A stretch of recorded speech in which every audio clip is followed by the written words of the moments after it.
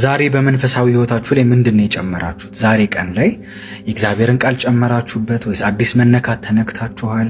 ከእግዚአብሔር ጋር ፌሎሺፕ አድርጋችኋል? ምንድነው ያደገው? ዛሬ ምንም ነገር ሳታረጉ ከዛ የሆነ ስራችሁን ምናምን ስትጨርሱ ቀጥታ ወደ ቲክቶክ ከሆነ የገባችሁት ነገ ከእናንተ የሚመገቡት ሰዎች ምንድነው የሚቀበሉት? ነገ እኮ የምታስተምሩት ጄኔሬሽን አለ። አንዳንዶቻችሁ ነገ የምታስመልኩት ጉባኤ አለ። ትልቅ ህዝብ አለ ከፊታችሁ የሚመጣና ምንድነው ነገ የምትመግቧቸው?